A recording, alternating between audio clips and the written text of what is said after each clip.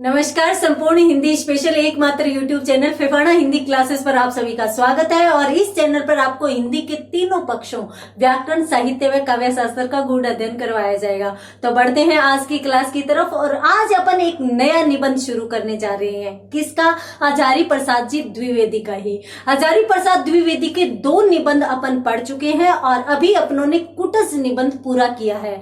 और अब अपन पढ़ने वाले हैं इनका एक और रुचिकर निबंध और बहुत ही अच्छा निबंध। कौन सा? भारतीय साहित्य की प्राण शक्ति। यहां पर आपको मैं बता देती हूं कि हजारी प्रसाद द्विवेदी को के जो भी निबंध है वो ललित निबंध है, रुचिकर है, साथ साथ हमें कुछ नई चीजों का ज्ञान भी करवाते हैं। तो भारतीय साहित्य में क्या लिखा जाता है, कौन सी चीजें हैं जिनको प्रमुखतया स्थान मिला है, तो उन सभी बातों के बारे में वो चित्रण करते हैं। और साथ साथ ये भी बताते हैं कि भारतीय साहित्य पाश्चात्य साहित्य से किस रूप में भिन्न है और भारतीय साहित्य में कौन सी ऐसी अच्छी बात है जो पाश्चात्य साहित्य से उसे अलग बनाती है या उससे ऊपर लेकर जाती है। तो देखते हैं इस क्लास में, आज की क्लास में अपन भारतीय साहित्य की बात और भारतीय साहित्य के अंदर जो भी लिखा जाता है या फिर उसकी जो प्राण शक्ति है वो क्या है, तो उस बारे में अपन पढ़ने जा रहे हैं। हजारी प्रसाद द्विवेदी के 2 निबंध पढ़ चुके हैं, अब अपन तीसरा निबंध पढ़ने जा रहे हैं। तो यहां पर इस निबंध की शुरुआत कहां से होती है? इस निबंध की शुरुआत ये होती है कि भारतीय साहित्य में जो भारत का साहित्य लिखा जाता है उसमें अकस्मात कुछ नहीं होता। अकस्मात कुछ नहीं होता यानी अचानक कुछ भी घटित नहीं होता। और ये जो अकस्मात है वो ग्रीक साहित्य की जान है। ग्रीक साहित्य की जान अर्थात पहले ही पैराग्राफ में हजारी प्रसाद जी क्या करने जा रहे हैं? भारतीय साहित्य व पाश्चात्य साहित्य में अंतर करने जा रहे हैं। वो कह रहे हैं कि भारतीय साहित्य में अचानक कुछ भी घटित नहीं होता, ठीक है, अर्थात नई चीजें जल्दी से साहित्य में नहीं घुस पाती, जबकि ग्रीक साहित्य में हमेशा कुछ न कुछ नया आता रहता है। अर्थात हमेशा ही वो लोगों को चौंकाते रहते हैं। ग्रीक साहित्य यूं चाहता है कि लोगों में कौतूहल बना रहे, जबकि भारतीय साहित्य उससे कोसों दूर रहता है। भारतीय साहित्य इस चीज को पसंद नहीं करता। भारतीय साहित्य में तो होता क्या है? देखिए, एक तो इसमें लोक विश्रुत कथाएं होती है, लोक विश्रुत कथा, और साथ साथ जो नायक होते हैं या जो नायिका इस साहित्य में होती है वो नायक और नायिका कौन से होते हैं? इतिहास समर्थित पात्र होते हैं। इतिहास समर्थित स्त्री व पुरुष पात्र होते हैं। तो यहां पर अपन देख रहे हैं कि यहां पर कौन होता है? इतिहास समर्थित स्त्री व पुरुष पात्र होते हैं, ठीक है। अब इन दोनों चीजों को समझते हैं कि है क्या। लोक यानी लोक में या सामान्य जनता में विश्रुत यानी सुनी गई। विश्रुत का शाब्दिक अर्थ अपन किससे लेंगे? सुनी गई कथा। अब याद कीजिए डोला मारूरा दुहा को। अब डोला मारूरा दुहा मैं कोई नई बात नहीं कर रही हूं, आज की बात नहीं कर रही हूं, मैं उस समय की बात कर रही हूं जब हिंदी साहित्य लेखन प्रारंभ हुआ था, हिंदी साहित्य लिखा जाना शुरू हुआ था। उस समय यदि अपन बात करें भारतीय साहित्य की तो हम हिंदी साहित्य के इतिहास को 4 कालों में बांटते हैं: आदिकाल, भक्तिकाल, रीतिकाल और आधुनिक काल। और सबसे पहला जो काल है उसको अपन किस नाम से पुकारते हैं? आदिकाल के नाम से पुकारते हैं, ये हम जानते हैं, ठीक है, ये हम जानते हैं। अब आदिकाल में ही 2 महत्वपूर्ण ग्रंथ, जिसमें अपन रासो साहित्य का एक ग्रंथ ले लेते हैं और एक ग्रंथ लौकिक साहित्य का भी ले लेते हैं। रासो साहित्य में कौन सा ग्रंथ? पृथ्वीराज रासो। उसके बाद लौकिक साहित्य का कौन सा ले ले? डोला मारूरा दुहा। ये ले लीजिए। अब देखिए, हजारी प्रसाद जी यूं कहते हैं कि भारतीय साहित्य का विषय वो बनता है जो लोगों में सुनी सुनाई कथाएं हो। ठीक है, साहित्य में कथा तो कौन सी ली जाएगी? लोगों में सुनी सुनाई कहानी होगी। और नायक और नायिका कौन होंगे? इतिहास समर्थित पात्र होंगे, यानी इतिहास में जो लोग हो चुके हैं उन्हीं स्त्री व पुरुषों को नायक व नायिका बना लिया जाएगा। आप देख लीजिए, अब पृथ्वीराज चौहान एक इतिहास के पात्र है, एक चौहान वंश के राजा हुए हैं। तो यहाँ पर इस ग्रंथ का नायक कौन है?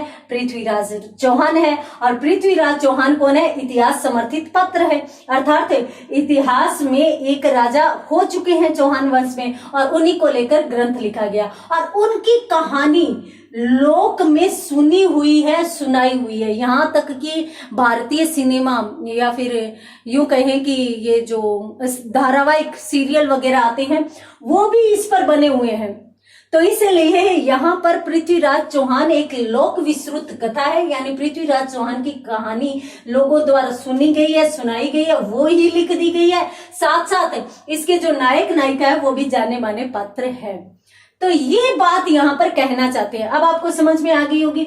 ढोला मारू रा दुहा में देखें तो ढोला और मारू या मारवणी, ये दोनों ही ऐतिहासिक पात्र है। और सामान्यतः पूगल प्रदेश में, या जो अपन माने कि बीकानेर का क्षेत्र मान लो, जैसलमेर का क्षेत्र मान लो, इन दोनों ही क्षेत्रों में, क्योंकि बीकानेर की राजकुमारी मानी जाती है मारवणी, और जैसलमेर का राजकुमार ढोला माना जाता है।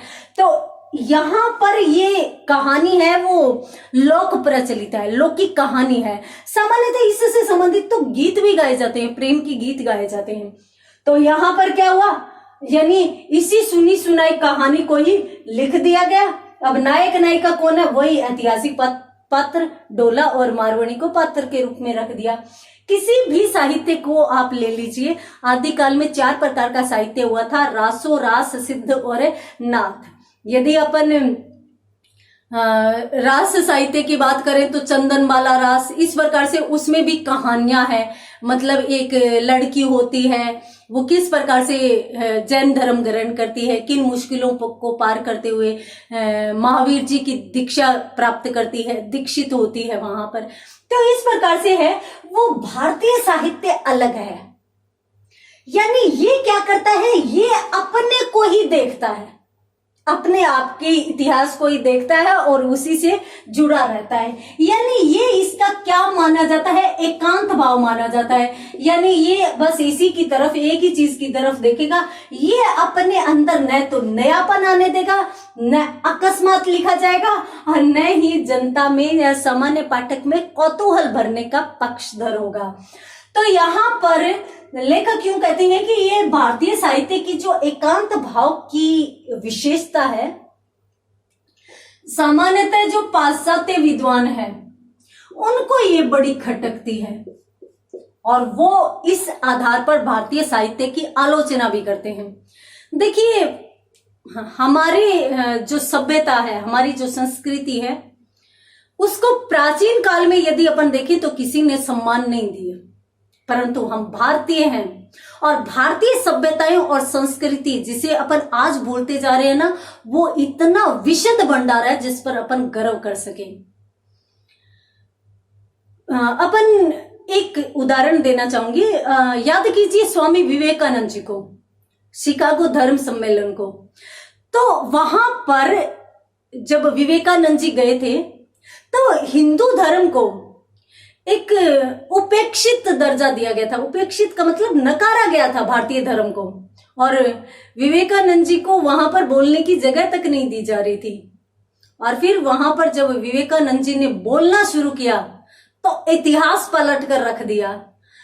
जो अमेरिका या जो पाश्चात्य देश हमें हमारी तरफ देखना पसंद नहीं करते थे, वो हमारे विवेकानंद जी के लिए घंटों लाइन में खड़े रहते थे मिलने के लिए, उनकी झलक पाने के लिए, उनसे बात करने के लिए। तो इस प्रकार से हमारी संस्कृति इस चीज को बयां करती है कि हमने स्वयं सम्मान अर्जित किया है। हमें वैसे ही नहीं मिला, हमने बहुत मेहनत करके, हमारी बहुत बड़ी बड़ी प्रतिभाएं हैं और बहुत अच्छे अच्छे लोग हैं हमारे, इतनी समृद्ध संस्कृति है हमारी, हमारे ऋषि मुनि। अब जहां पर आजकल वर्तमान में वायुयान के लिए यूं कहा जाता है, ये अरे हमारी संस्कृति तो ये कहती है, हमारी पौराणिक कथाएं तो कहती है कि पुष्पक विमान यानी बिना आवाज वाले भी वायुयान प्रचलन में थे। और ये हमारे ऋषि मुनियों की कल्पनाएं थी और ऋषि मुनियों की जो शक्ति थी, आत्मिक शक्ति थी, जिसके बल पर वो हजारों वर्षों तक जिंदा रहते थे। तो इसी प्रकार से भारतीय संस्कृति बहुत ही उत्कृष्ट है, हमें सम्मान करना चाहिए, परंतु हमारा सम्मान हुआ नहीं। अन्य देशों ने या पाश्चात्य ने हमारा सम्मान नहीं किया। अब क्यों सम्मान नहीं किया? इसी के कारण सम्मान नहीं किया। अर्थात भारतीय संस्कृति में तो बस वही मतलब चलती रहती है। और वर्तमान में कुछ युवा लोगों को तो मैं करते हुए भी सुनती हूँ, क्या करते हैं, हॉलीवुड की मूवीज ज्यादा देखना पसंद करते हैं और फिर कहते हैं कि भारतीय सिनेमा में क्या है, भारतीय सिनेमा में तो वो एक घिसी पिटी प्रेम कहानी। अरे प्रेम को आप घिसा पिटा बोल रहे हो? प्रेम की महत्ता तो कबीर दास जी तक ने स्थापित की है और प्रेम के आधार पर तो संपूर्ण प्रकृति चल रही है और उसको आप घिसी पिटी कह रहे हो। तो यहाँ पर है, वो लेखक भी कहते हैं, यहाँ पर कहते हैं कि सामान्यतः पाश्चात्य जो लोग हैं वो हमारी संस्कृति को इस आधार पर नकारते हैं, उनको ये चीज खटकती है। और कुछ आधुनिक जो युवा है, आधुनिक जो युवा लोग हैं वो भी इस संबंध में अपने आप को बड़ा मानते हुए और पाश्चात्य का समर्थन लेते हुए और यूं कहते हैं कि भारतीय संस्कृति में क्या है, भारतीय साहित्य में क्या है, कुछ भी नहीं है। लेखक यहां पर कहता है कि जो ये बात कहते हैं कि भारतीय संस्कृति में या भारतीय साहित्य में एकांत भाव है और इसमें कुछ भी नहीं है, मैं उनको अज्ञानी मानता हूं। क्यों मानता हूं? क्योंकि उन्हें साहित्य में इस प्रकार की रचना के पीछे का कारण नहीं पता। यदि उनको कारण नहीं पता तो उनकी निंदा भी और साथ साथ प्रशंसा भी दोनों के दोनों उपेक्षा के पात्र हैं। उपेक्षा का मतलब होता है नकारे जाने के पात्र है। यदि किसी बात को, अब मान लीजिए कि कोई अपनी आलोचना कर रहा है परंतु उसे अपने बारे में ज्ञान ही नहीं है, तो उसे अवॉइड कर देना चाहिए कि उसको क्या पता मैं क्या हूं। जो हमें पहचानता नहीं है तो वो हमारी आलोचना कर रहा है, इसका मतलब वो किसी के कहने के आधार पर कर रहा है या फिर वो अपने आप को बहुत बड़ा समझता है तो अहम के भाव से वो ऐसा कर रहा है। तो उसकी बातों को सीरियसली नहीं लेना चाहिए, उसको हमेशा नकारा जाना चाहिए। यही हमारे हजारी प्रसाद जी कह रहे हैं। वो यूं कह रहे हैं कि जब उन लोगों को इस बात की चर्चा के पीछे भारतीय साहित्य का विषय ये है तो ये क्यों है, ये कारण ही उनको नहीं पता। अब कारण नहीं पता तो वो चाहे निंदा करे चाहे प्रशंसा करे, उस बात का कहीं कोई मतलब नहीं है, उनको हटा दो। तो कारण है क्या, देख लेंगे। अब हजारी प्रसाद जी इस निबंध में हमें इसका कारण भी बताते हैं और इस कारण का पूर्ण विश्लेषण भी करते हैं। बहुत अच्छे से इस चीज की या इस विषय की व्याख्या करेंगे। देखते हैं क्या कहते हैं हजारी प्रसाद जी, क्या कारण बताते हैं। वो यूं कहते हैं कि ये जो भारतीय साहित्य है इसकी ये जो प्रवृत्ति है इसके दो कारण हैं। कौन से? एक तो पुनर्जन्म में विश्वास और दूसरी कर्मबंध फल। ये दो कारण हैं। यदि आप इन दोनों कारणों को अच्छे से जान लोगे तो आपको भी भारतीय साहित्य की ये प्रवृत्ति बहुत अच्छी लगेगी। अब ये है क्या? भारतीय साहित्य ये कहता है कि मनुष्य का पुनर्जन्म होता है, ठीक है, और हमें हमारे द्वारा किए गए कर्मों का फल भोगना पड़ता है। ये दो बातें। अब पुनर्जन्म क्यों होता है? क्योंकि हमने जो भी काम किए हैं उनको तो भोगना ही भोगना पड़ेगा। तो यूं कहते हैं कि चाहे कुछ भी हो, सृष्टि में प्रलय क्यों ना हो जाए, कर्म का फल तो भोगना ही भोगना पड़ेगा। अब पुनर्जन्म भी होता ही इसलिए है, यदि आप चेतन का साक्षात्कार कर लेते हो या आत्मा से एकाकार हो जाते हो, तब शायद इस चीज से आप छुटकारा पा सकते हो। तो पुनर्जन्म का तो फिर भी समाधान है, परंतु कर्म फल का तो वो भी कोई समाधान नहीं है। लेखक यूं कहते हैं कि भारतीय संस्कृति ये कहती है कि कर्म का फल तो भुगतना ही पड़ेगा, चाहे सृष्टि का अंत हो जाए, चाहे आपकी आत्मा का साक्षात्कार हो जाए, क्योंकि आप वो तो कर चुके हो। अब जो पहले किया उसका तो भुगतना ही पड़ेगा। हो सकता है आपने आज बंद कर दिया, आज बुरे काम करने बंद कर दिए, तो हो सकता है आपको बाद में कुछ भी सहन न करना पड़े।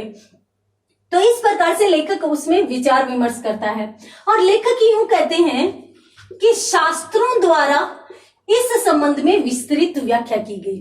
ठीक है, और इस संबंध में जो व्याख्या की गई, इस व्याख्या का सर्वाधिक प्रभाव हिंदू धर्म पर पड़ा, हिंदू संस्कृति पर पड़ा और हिंदू जाति पर पड़ा।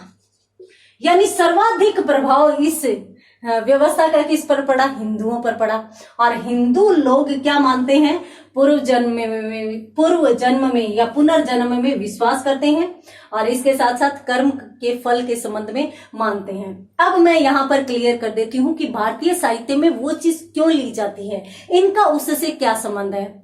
देखिए, अपन वो जो इतिहास सम्मत पात्र साहित्य में लेते हैं, इतिहास सम्मत पात्र, उनको साहित्य में लेने का मतलब ये है कि उनसे हम सीखें, उनसे हम जाने, हम ये जाने कि हम फिर जन्म लेने वाले हैं और हम जब फिर जन्म लेंगे तब हमें अपने कर्मों का फल भोगना पड़ेगा। तो इसलिए हमें इनसे शिक्षा लेते हुए अपने कर्मों को अच्छा बनाना चाहिए, हमें धर्म से जुड़ना चाहिए, हमें धार्मिक कार्य करने चाहिए, परोपकार के कार्य हमें करने चाहिए। तो ये है हिंदू संस्कृति या ये है भारतीय साहित्य। और भारतीय साहित्य में ज्यादातर जो साहित्य है वो हिंदू साहित्य ही माना जाता है और इसकी जो जो विशेषताएं हैं उनके बारे में आगे भी लेखक ने बहुत अच्छा वर्णन किया है, विस्तृत वर्णन किया है। अपन भी देखेंगे परंतु अगली क्लास में। तब तक के लिए धन्यवाद।